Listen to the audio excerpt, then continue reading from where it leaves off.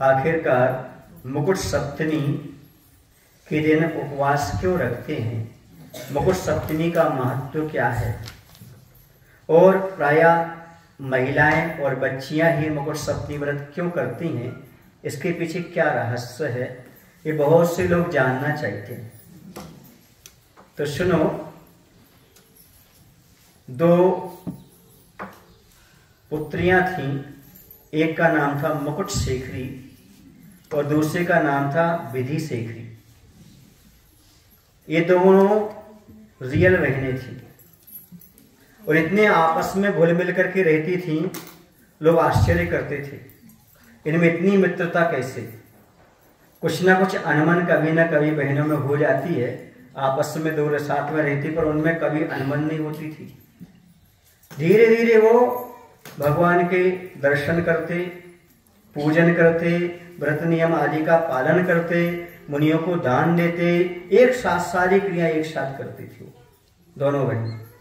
इतना तक कि जब उनके लिए लड़का देखने के लिए आया तो दोनों ने पसंद कर लिया। हम एक क्षण भी अलग नहीं रहेंगे। उस राजकुमार के साथ पिता ने दोनों की शादी कर दी। दोनों एक साथ रह रही, देवरानी जेठानी नहीं, क्योंकि पति कौन, दोनों साथ में रहने लगी। वहां भी पहुंच गई राजकुमार के यहाँ और वहां भी मुनियों को आहार देती। एक दिन दो चाणरिद्धि मुनिराज का आगमन हुआ। उन्होंने उनको पड़गाहन करके अपने पति के साथ, राजकुमार के साथ आहार दिया। आहार देने के बाद पति और दोनों वो बैठ गई और महाराज से पूछा, महाराज ये तो बताओ। राजकुमार ने पूछा, इन दोनों जो हमारी पत्नी हैं, इनका आपस में इतना प्रेम क्यों है, क्या कारण है? जैसे आप में आपस में रहता ना कोई मित्र बन जाते, एक दूसरे बिना नहीं रहते हैं, है ना। परिवार में भी शादी होने के बाद भी अड़ोस पड़ोस में भी खूब मित्रता रहती कि नहीं रहती? ऐसे ही उनके अंदर ऐसी क्या कारण है? तो महाराज ने बताया, पूर्व भाव से चला आ रहा है। कौन से भाव से चला आ रहा है? पूर्व भाव से चला आ रहा है। पूर्व भाव में एक अच्छे संभ्रांत परिवार में ये भी एक पुत्री थी और दूसरी भी पुत्री थी जो माली की बच्ची थी, वो बगीचा सींचती थी, पर दोनों की आपस में बहुत मित्रता थी। उस समय भी ये दोनों के दोनों क्या करते थे? मंदिर जाते थे। उस समय भी माली की बच्ची भी और ये संभ्रांत परिवार की दोनों बच्चियां, और भगवान की पूजन करते थे, मुनि को दान देते, सारे सारे कार्य करते थे। और उस समय भी मुनिराज आए तो मुनिराज को आहार दिया और मुनिराज से उन्होंने व्रत लिया। क्या लिया? व्रत लिया उन्होंने। और व्रत ये लिया कि हमें कोई व्रत दे दो ताकि हम आगे चल करके अपना कल्याण कर सकें। तो महाराज ने उनको मुकुट सप्तमी का व्रत दिया। किसका व्रत दिया? उन्होंने व्रत का पालन किया। उसी समय लोग बगीचे में गए, अचानक एक सांप आया, हाउ, सुन रहे? और वो आया और दोनों को काट लिया उसने।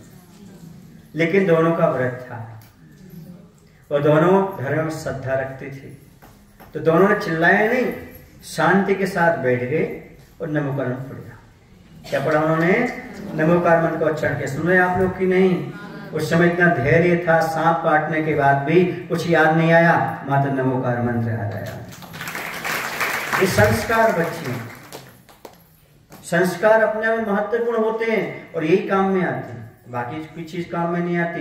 भाव सुधारने के लिए संस्कार ही बहुत महत्वपूर्ण, और संस्कारों को उन्होंने धारण किया था।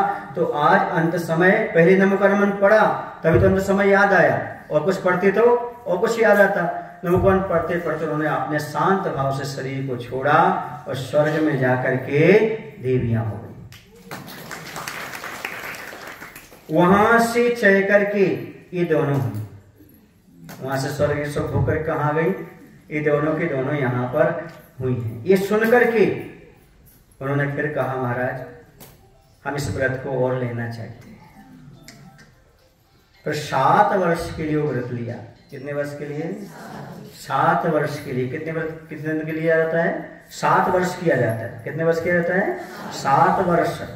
आज जो छठ है ना, छठ को क्या किया जाता है? एकासन किया जाता है। एकासन किया जाता है, सामयिक की जाती है, पूजन की जाती है, शाम को भी सामयिक की जाती है, फिर दूसरे उपवास रखा जाता है। उस समय भी सामयिक पूजन आदि की जाती है, धर्म ध्यान किया जाता है। फिर आगे चलकर दूसरे दिन के तीसरे दिन क्या होता है? पारणा की जाती है। ऐसा 7 वर्ष तक मुकुट सप्तमी के दिन उपवास रख करके उन्होंने इसी प्रकार से व्रत का पालन किया। क्या किया?